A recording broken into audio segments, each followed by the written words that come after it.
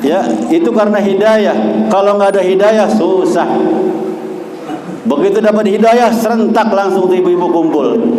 Ada ibu-ibu sebelah sono nggak dapat hidayah. Apa dibalas itu salawatannya? Bukan saya nggak mau ngaji karena saya lagi nyuci. Jadi ada aja alasannya orang nggak mau ngaji. Nyuci lah. Tanya nyuci apa bu? Nyuci pakaian suami. Apa lagi? Karena malam nangkring 3 kali. Jadi orang kalau nggak mau ngaji ada aja tuh alasannya. Tapi kalau dapat hidayah, jangankan dekat, jauh pun terasa jadi sejengkal.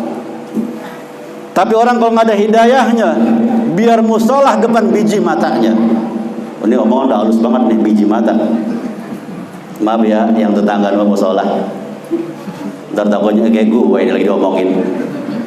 Biar musolah depan biji matanya, biar masjid depan biji matanya, biar majlis taklim pun depan biji matanya. Kalau nggak dapat hidayah, susah nyampenya, susah bergeraknya. Padahal tuh musolah kalau kita ludahin nyampe. Kalau kita ludahin udah kita nyampe cepat. Tapi kalau nggak dapat hidayah, boro-boro bisa sholat jamaah, berat bawaannya. Bener ya? Tuh. Makanya kita berkumpul di sini, alhamdulillah, digerakkan oleh Allah Subhanahu wa taala. Bapak-bapak ada juga yang rajin, tapi ada juga yang enggak rajin, yang susah banget untuk beribadah atau lagi nuntut ilmu, datang di majelis taklim. Enggak mau kalah sama ibu-ibu yang tadi nyuci pakaian. Apa kata bapak-bapak ini? Ya, dibalas syairnya. Tadinya saya mau berangkat, tapi penyakit saya kumat. Tuh, coba. Ada aja alasannya. Penyakit lah kumat. Penyakit apa coba? Penyakitnya asam urat, ama bisul nempel di pantat. Jadi ada aja alasannya orang nggak mau ngaji itu ada aja. 1000 alasan. Tapi orang kalau dapat hidayah, yang tadi saya katakan, kata Imam Busiri, apabila sudah terpatri hidayah di dalam jiwa seseorang, maka tubuhnya bergairah di dalam beribadah. Makanya jangan sampai kita nih nggak beribadah. Nih alhamdulillah ada anak-anak remaja. Anak remaja juga sama bapak, rada susah kalau buat ngaji. Model kayak anak remaja kayak narik buntut kebo dari belakang. Susah, tapi alhamdulillah bisa hadir, bisa ngaji, dapat pahala fi sabilillah. Man kharaja fi talabil ilmi fa huwa fi sabilillah hatta yarji'.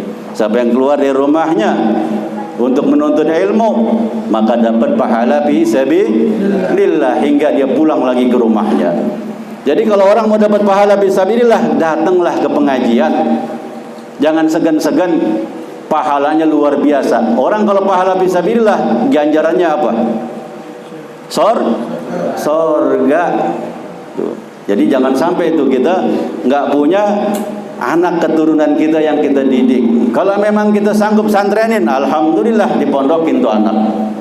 Kalau emang nggak sanggup, yaudah sekolahkan agama. Cara terakhir kalau emang anak kita nggak ada sekolah agama, tapi sekolah di umum, tapi jangan lupa didik. Serahin ke guru-guru, serahin ke ustadz, karena anak kita itu nerusin sujud kita. Jangan sampai nanti kita udah tua, kita nggak bisa baca Quran. Udah kita nggak bisa baca Quran, istri kita pun juga nggak bisa baca Quran. Nah, ini akan rugi. Akhirnya rugi bablas. Terpulang rahmatullah apa yang dibawa. Nah makanya mumpung ada kesempatan, mari kita kumpul sama-sama tiap malam minggu di tempat ini. Kalau yang ada waktu, kita bersama-sama daripada di rumah aja nonton TV ya. Itu lagi bosan. Terakhir-akhirnya ujung-ujungnya, alhamdulillah kan di sini banyak para guru yang belum bisa ngaji, belajar ngaji. Jangan sampai nanti kita nggak bisa, yang tadi saya bilang, nggak bisa baca Quran, nggak bisa, istri juga nggak bisa baca Quran. Padahal itu nanti yang nemenin kita di alam kubur. Nah, mumpung masih banyak guru-guru yang ada, belajar Al-Quran. Belajar supaya nanti menjadi penerang kita begitu kita pulang ke rahmatullah. Kira-kira masih semangat gak Pak? Udah nyender, mata merem sebelah. Apaan tuh katanya? Masih semangat apa enggak? Semangat. Nah, ada cerita nih kakek-kakek. Ya Pak, ini kakek-kakek hidup berdua sama nenek-nenek. Tapi dia punya anak.